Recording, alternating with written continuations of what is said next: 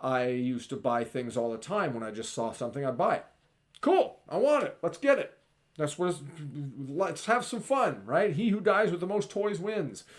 Um, I've changed my tune since then, all right? And this is one reason why, is because of men like Brian Tracy who are able to impart this type of wisdom on us to be able to teach us good things like this, good money habits. And this is a good money habit.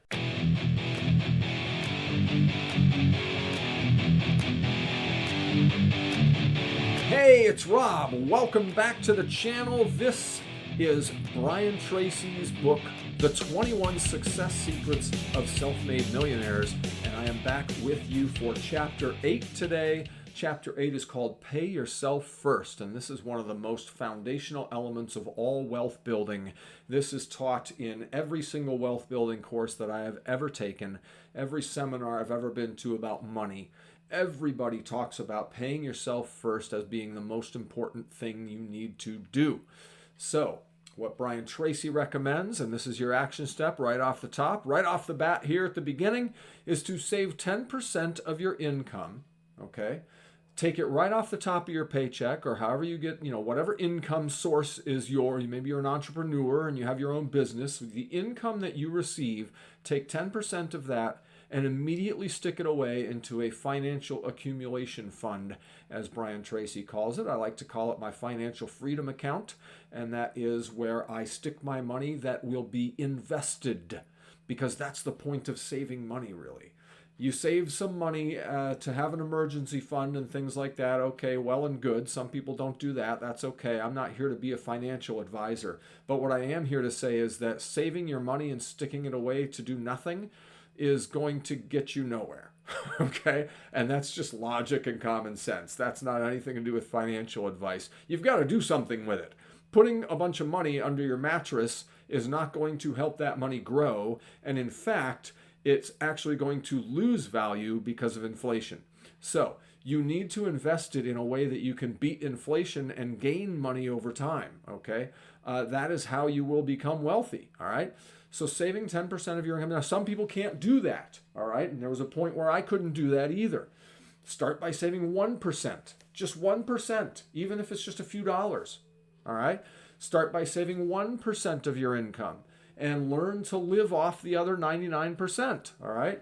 Then gradually, as you are able to comfortably live off the 99%, now you start sticking 2% away and you start making little adjustments to be able to live off the 98% and so forth and so on until you are eventually able to build it out to 10% of your income. And hey, if you want to go really high level on it, he doesn't talk about this in the book, but you can even go up to like 20% if you work toward it and if you wanted to, if that's what your goal is, and start investing even more and double your investment. It would be an amazing jumpstart to your wealth, okay? Because as Brian Tracy points out in the chapter here, if you just saved $100 a month and invested it at a 10% return, then over the course of your working lifetime, if you did that from like the time you turn 25, let's say, until the time you retire, you would have $1 million. You would be a millionaire by then because of compound interest, all right? Now, I'm not going to get into compound interest and all the math and all that here, but maybe I'll put a chart up on the screen. You can take a look that way. Pause the video if you want to look at it. But compound interest, and go look it up on the internet, it is the thing that makes it so that you can invest your money and build it over time and become a self-made millionaire. Now, the most important thing that you need to do, all right, and this is your second action step, I guess, because again, this is the really, really important thing, is you have got to start saying no to impulse purchases. All right, this is something Brian Tracy talks about in the chapter, and he talks about Parkinson's law. And if you don't know Parkinson's law, it's a law of economics that says basically your expenses will rise to meet your income. And that's how most people live. You get a better job, you start getting paid more. What do? You get a better car, or you move to a better house, or you do things that eventually wind up making your expenses equal your income. And sometimes a lot of us get in trouble because our expenses are a little bit more than our income, right? That is the trap of Parkinson's law. And that, more than anything, will keep you from becoming wealthy. All right? You have got to be frugal. All right? You have got to question and examine every buying decision that you make. Because if you don't and you fall prey to impulse purchases, you will never acquire wealth. Because every single time you see something, you just get it. And if you don't have the discipline to save money, then as Brian Tracy says in the chapter, somebody said sometime, he doesn't attribute the quote, but he says, I think it was once said, that if you cannot save money, then the seeds of greatness are not in you. All right?